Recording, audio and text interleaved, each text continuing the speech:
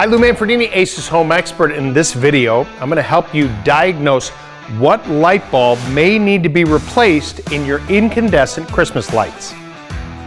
Okay, the Light Keeper Pro tool is pretty versatile, and many times you can have a voltage interruption in a light strand, and this tool can help you find it.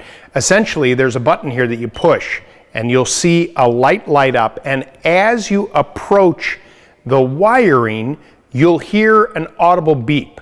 Basically, you're going to work your way from the closest bulb to where it's plugged in down the line, and as long as you keep hearing that beep, things are going well.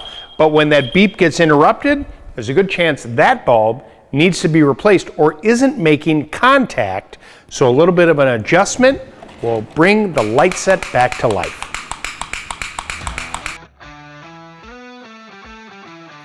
Coming up next, how to diagnose and repair flickering Christmas lights.